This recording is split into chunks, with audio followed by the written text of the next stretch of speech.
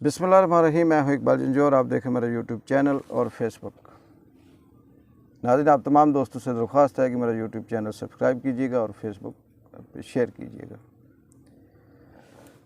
एक बादशाह था, उसके पास एक शख्स आया जो बहुत सी ज़बानें जानता था, जिसे 10, 15, 20 ज़बानों पे अबूर हासिल था, उसके अदब पे, उनकी जो ग्रामर है उस पे, और वो इतनी खूबसूरती से वो ज़बानें बोलता था कि ये जानना बहुत मुश्किल था, ये जज करना बड़ा मुश्किल था कि उसकी असली ज़बान कौन सी है, मादरी ज़बान कौन सी है।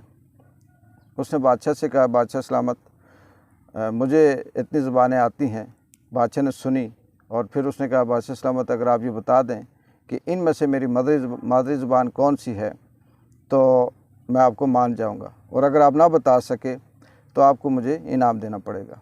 बादशाह सलामत ने कहा ठीक है। वो भी बड़ा हैरान हुआ, क्योंकि वो जो भी ज़बान बोलता था वो इतनी खूबसूरती से बोलता था, महारत से बोलता था कि ये लगता था कि ये इसकी अपनी ज़बान है। बादशाह ने उसका इस चैलेंज को कबूल किया और उसे कहा कि ठीक है, तुम जाओ, मैं तुम्हें बताऊंगा कि तुम्हारी मादरी ज़बान कौन सी है।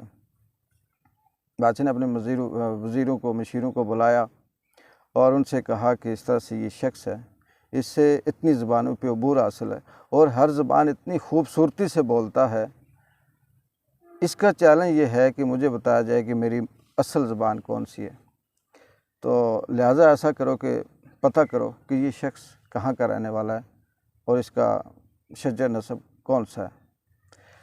बादशाह के वो जो वज़ीर मशीर थे उनमें से एक सियाना बंदा भी था। उसने कहा, बादशाह सलामत, इसकी ज़रूरत ही नहीं है, आप इस शख्स को एक रात का मेहमान बनाएं, तो सुबह मैं आपको बता दूंगा कि इसकी मादरी ज़बान कौन सी है। बादशाह सलामत ने कहा ठीक है, ये बात तो आपकी सही है, लेकिन एक शर्त पे कि आपने ये ना हो कि रात को इस पर तशद्दुद करो या इसे मारो या इसे कहीं धमकी दो और सुबह ये मरा हुआ मिले। ऐसा नहीं, इससे मेहमान के तौर पे रखना है और इसी हालत में इसे बताना है। वज़ीर ने कहा ठीक है सर। उस शख्स को कहा गया कि आप रात को यहाँ रुकें, छत पे हमारा एक कमरा है, इस कमरे पे आप रुकेंगे।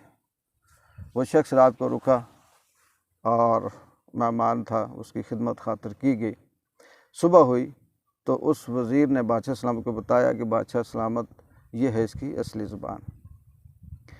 फिर बादशाह सलामत ने उस शख्स को बुलाया और उसे बताया कि तुम्हारी मादरी ज़बान ये है। वो शख्स बड़ा हैरान हुआ। उसने बादशाह सलामत से पूछा कि बादशाह सलामत, आपको कैसे पता चला कि ये मेरी मादरी ज़बान है। बादशाह सलामत ने कहा कि पहले तुम बताओ कि तुम्हारी रात कैसे गुजरी, किस तरह से तूने वक्त गुजारा। उसने कहा, सर रात को मैं कमरे में गया, सोया, रात थोड़ी सी टाइम गुजरा तो दरवाज़े पे नॉक हुई, मैंने दरवाज़ा खोला, बाहर देखा तो कोई शख्स नहीं था। फिर मैं थोड़ा सा बाहर निकला तो पीछे से मुझे किसी ने लात मारी और मैं सीढ़ियों से गिर गया, और गिरा तो मैं गालियाँ देने लगा।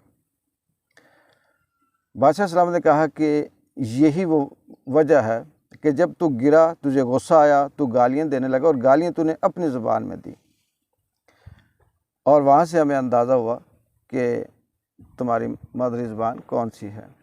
नाज़रीन, ये बात बिल्कुल सच है कि शख्स, कोई भी शख्स होता है, जब उसे गुस्सा आता है, जब वो गिरता है, अब गिरने का मतलब ये नहीं है कि वो सीढ़ियों से गिरे, वो नज़र से भी गिर सकता है, वो किरदार से भी गिर सकता है, उसका करैक्टर से भी गिर सकता है, वो अपने मुफाद की खातिर भी गिर सकता है, उसके ताल्लुकात भी मुफाद की खातिर वो अपनी उस हैसियत से गिर सकता है। जब वो हैसियत से गिरता है तो वो अपनी असलियत पे आता है, उसकी जो हरकतें होती हैं, उसका जो रवैया होता है, उसका जो बर्ताव होता है आपके साथ, वो उस असलियत पे होता है, उसका जो शजरा नसब होता है उस पे होता है।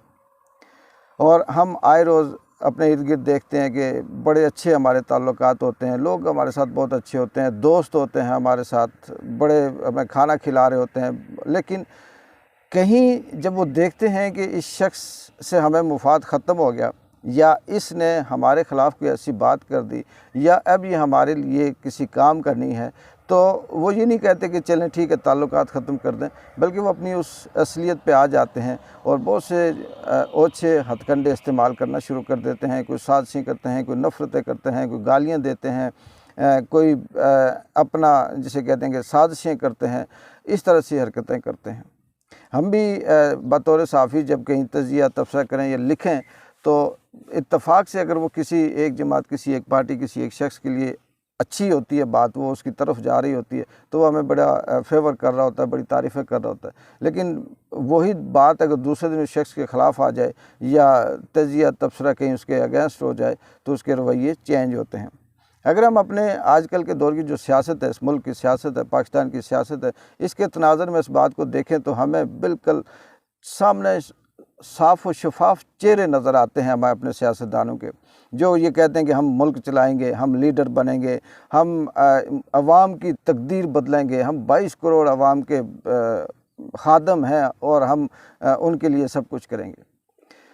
اپنے مفاد کی خاطر جو شخص، جو چاہے وہ سیاستدان ہے، چاہے وہ کچھ بھی ہے، کسی بھی شعبہ فیلڈ سے اس کا تعلق ہے، لیکن ظاہر ہماری جو معاشرتی زندگی ہے یہ بہت زیادہ سیاسی زندگی سیاستدانوں کے گرد گھومتی ہے۔ اگر ہم اس کا تجزیہ کریں تو ہمیں یہ اندازہ ہوتا ہے کہ ہم کس طرف جا رہے ہیں۔ ہماری جو اصلیت ہے وہ اس وقت پتہ چلتا ہے جب ہم اپنے مفاد کی خاطر دوسرے کو نقصان دے رہے ہوتے ہیں۔ حق بھی نہیں ہوتا، سچ بھی نہیں ہوتا، وہ رائٹ بھی نہیں ہوتا، وہ میرٹ بھی نہیں ہوتا، صرف اس لیے یہ کہ جی یہ مجھے ملنا چاہیے تھا، یہ چاہے ناجائز ہے، یہ بغیر میرٹ کے ہے، یہ جیسے بھی ہے، یہ مجھے ملنا چاہیے تھا، یہ مجھے میرا حق ہے، اس کی جگہ جو میرٹ پہ لگا وہ کیوں لگا ہوا ہے؟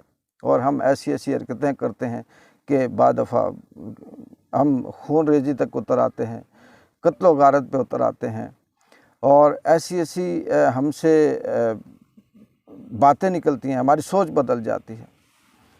جن ملکوں کے، جن قوموں کے لیڈر، سربراہ، قائد، سیاستدان اگر غصے کے بعد اپنی اصلیت پہ آ جائیں اور ان کی اصلیت وہ ہو جس کا ذکر کرنے سے شرم آئے، تو وہ قائد، وہ لیڈر، وہ کیا اس ملک کی، کیا اس عوام کی تقدیر کیا بدلیں گے؟ جو شخص مفاد پرست ہوتا ہے وہ کبھی تقدیر دوسرے کا فائدہ نہیں کر سکتا، وہ بدل ہی نہیں سکتا۔ جو شخص مطلب پرست ہوتا ہے، جو ظالم ہوتا ہے، جو میرٹ کی خلاف ورزی کرنے کو اپنا حق سمجھتا ہے، جو رشوت، کمیشن اور ظلم کو اپنی بہادری سمجھتا ہے، اپنی چلاکی سمجھتا ہے، جو عوام کے ٹیکس کے پیسوں کو قوم کے خزانے سے اپنا حق سمجھ کے لوٹتا ہے، وہ کیا ترقی کر سکتا ہے؟ وہ عوام کے لیے کیا بہتر سوچ سکتا ہے؟ جو شخص، میں ایک جنرل بات کر رہا ہوں، کہ جو شخص جس کو یہ پرواہ نہ ہو کہ کل تک میرے فیملی، میرے بچے مقروض ہوں گے، میں مر جاؤں گا تو میرے بچے یہ قرض کہاں سے دیں گے؟ والد اگر قرضہ لے لے کے اپنے اولاد کے لیے گھر بھی بناتا ہے، گاڑی بھی لیتا ہے، اس کے 10-20 بینکوں سے اس نے قرضے لیے ہوئے ہیں، فیملی کو عیاشی کرواتا ہے اور اچانک ایکسیڈنٹ ہوتا ہے، وہ مر جاتا ہے، تو پیچھے اس کے جو بچے ہوتے ہیں، جو فیملی ہوتی ہے، جو مرنے کے بعد انہیں اندازہ ہوتا ہے کہ یہ باپ ہمارے لیے تو عیاشی کا باعث نہیں تھا، خوشی کا باعث نہیں تھا، بلکہ اس نے تو ہماری زندگی حرام کر دی، مشکل کر دی، اب یہ قرضے کون دے گا؟ یہ کیسے ہم ختم کریں گے؟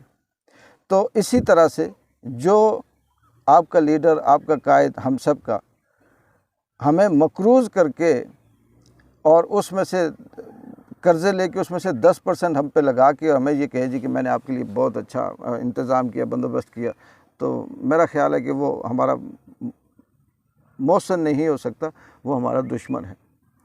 تو بات یہی ہے کہ غصے میں گرنے کے بعد اپنے مفاد کے لیے، اپنے مطلب کے لیے جو شخص جیسی حرکتیں کرتا ہے وہ اس کی اصلیت ہوتی ہے۔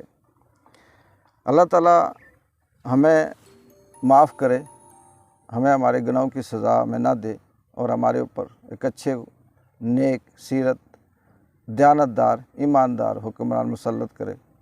اگر ایسا ہی رہا تو ہم تو خیر، ہمارے پاس کھونے کے لیے کچھ بھی نہیں ہے، ہم عام سے آدمی ہیں، جیسے آئے ایسے ہی چلے جائیں گے، لیکن تاریخ جو لکھی جائے گی آنے والے وقت میں، کوئی اگر شخص لکھے گا تو وہ ان کو بڑے سیاہ لفظوں میں لکھے گا، وہ ان کے لیے لائف ٹائم ایک دبا ہوگا، ان کی ذات پہ، ان کی نسل پہ، ان کے نام پہ۔ اللہ تعالیٰ ہم سب کا حامی و ناصر ہو۔ کل ایک نئی سٹوری کے ساتھ. اجازت دیجیے. اللہ حافظ.